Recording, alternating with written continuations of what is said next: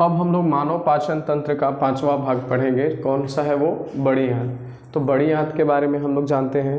तो जो छोटी आंत है ना, तो छोटी आंत का एंड पॉइंट यानी अंतिम भाग और बड़ी आंत का स्टार्टिंग भाग यहाँ पे जो होता है वो जोड़, उस जोड़ को बोलते हैं सिक्कम, है ना।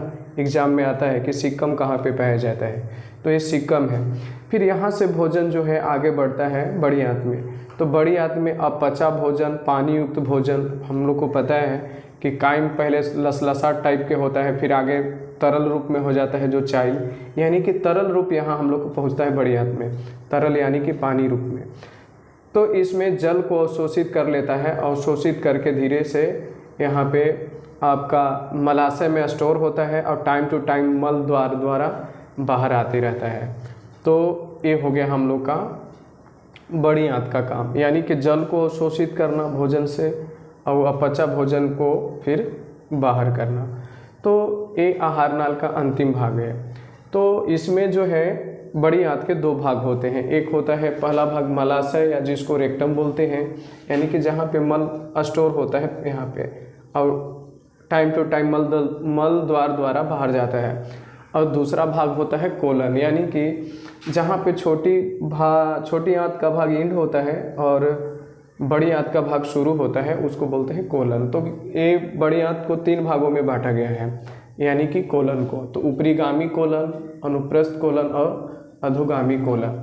तो ऊपरीगामी यानी कि जो बड़ी आंत शुरू होता है वो होता है, अनुप्रस्थ जो होता है बीच वाला, और लास्ट जो होता है ना मलाशय यानी एंड पॉइंट कहिए, तो उसी को बोलते हैं अधोगामी। अब ये अधोगामी कहाँ पे एंड होता है? तो मल द्वार, जहाँ से मल बाहर होते हैं। तो ये हो गया। और थोड़ा सा हम लोग जानते हैं इसमें एक यहाँ पे जो बड़ी आंत है यहाँ पे, यानी कि जहाँ छोटी आंत एंड करता है बड़ी आंत शुरू होता है, वहीं पे एक अंगुली जैसा रचना होता है जिसको बोलते हैं अपेंडिक्स। तो अपेंडिक्स जो है ये मानव में इसका कोई काम नहीं है, फिर भी ये हर एक मानव में पाया जाता है। तो अगर इसमें होता क्या है कि ये जग जाए, जगने का मतलब होता है कि ये सक्रिय हो जाए। तो सक्रिय कैसे होता है? तो हम लोग जब हरा पदार्थ खाते हैं ना, तो उसमें सेल्यूलोज पाया जाता है। तो ये अपेंडिक्स जो है सेल्यूलोज को पचाने में मदद करता है, यानी कि ये जानवरों में पाया जाता है और जानवरों में काम होता है, क्योंकि जानवर हरे पदार्थ को खाते हैं, है ना, घास भूसा हरा खाते हैं, तो उसको पचाता है। तो हम लोग जब खाते हैं हरा चीज़, तो अपेंडिक्स जग जाता है।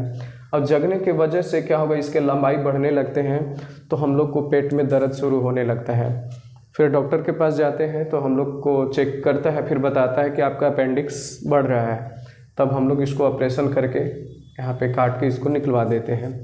यानी कि अपेंडिक्स बढ़ने का कारण क्या है? सेल्यूलोज।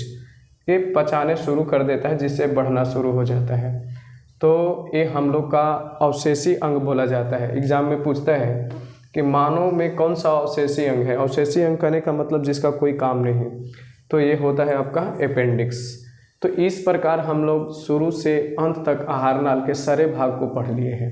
इसमें अब हम लोग को 2 पार्ट रह गया है, एक रह गया है यकृत, अब एक अग्नाशय। तो इसको हम लोग अलग वीडियो में जानेंगे। धन्यवाद।